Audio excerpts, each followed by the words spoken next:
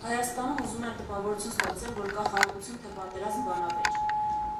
Հայաստանում խաղաղություն ու պատերազմ բանավեճ չկա։ Երկրորդ կողմը այդ բանավեճի չկա։ Չկա կողմ, որ ասում է պատերազմ։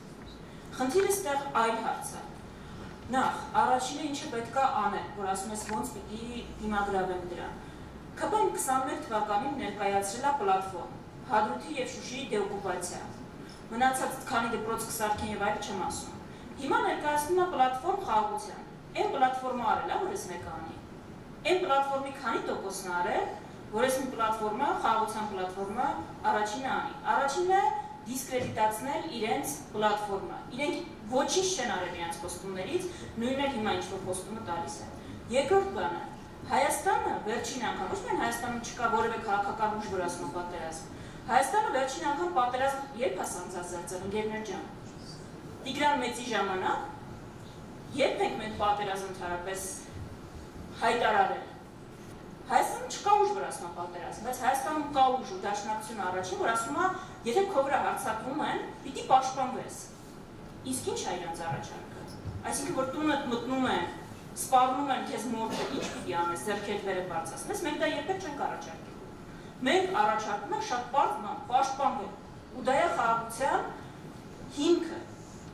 Եթե այս բանը պաշտպանվելը հիմա պիտի ներկայացնեմ որպես ռազմատենչություն, այնտեղ մենք ավելի շատ ասելիք բաներ, լավ, ինչքան պիտի զիջենք, չէ՞ որտեղ պիտի զիջենք, չէ՞ որ տոնը պիտի չնշենք, որ հակառակ այլևս չջղայնանար։ Ու ամենակարևորը, եթե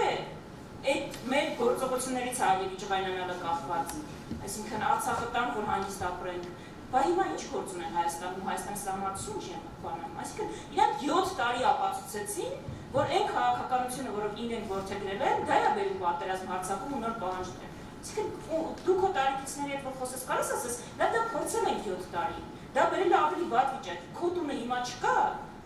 քո նկատունեմ, չես ուզում ունես լինի, որ դիմացին դեռ չլինի։ Ուրեմն ուրիշ բան պիտի փորձենք, անհնար է անել 10-րդ կարի նույն բանը այլ արդյունքի սպասել։ Այսինքն այն ճանապարհը, որը իրենք առաջարկել են, ապացուցված մեզ վեր է հասցրել այնտեղ, որ մենք հիմա սահմանադրության փոխելու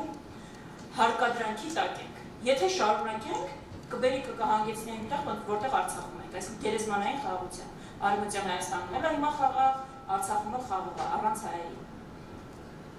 Մենք ուզում ենք հայերը ապրել Հայաստանում, դրա համար առաջարկում պաշտպանվածություն, այսինքն առաջին քայլին այդ բացատրել, որ այն ճանապարհը, որ մեզ առաջարկում են գերեզման է տանում,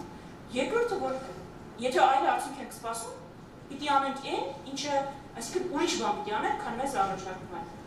պաշտպանվենք, հոգանք մեր պաշտպանվածության մասին, դա հնարավոր է այո բանակով առաջին հերթին, դաշնակցային հարաբերությունով ու տնտեսությամբ ու դեմոգրաֆիայով նաև, այսինքն դա բազմակողմանի է, մի ֆակտոր չի, բայց առաջին տարբերակը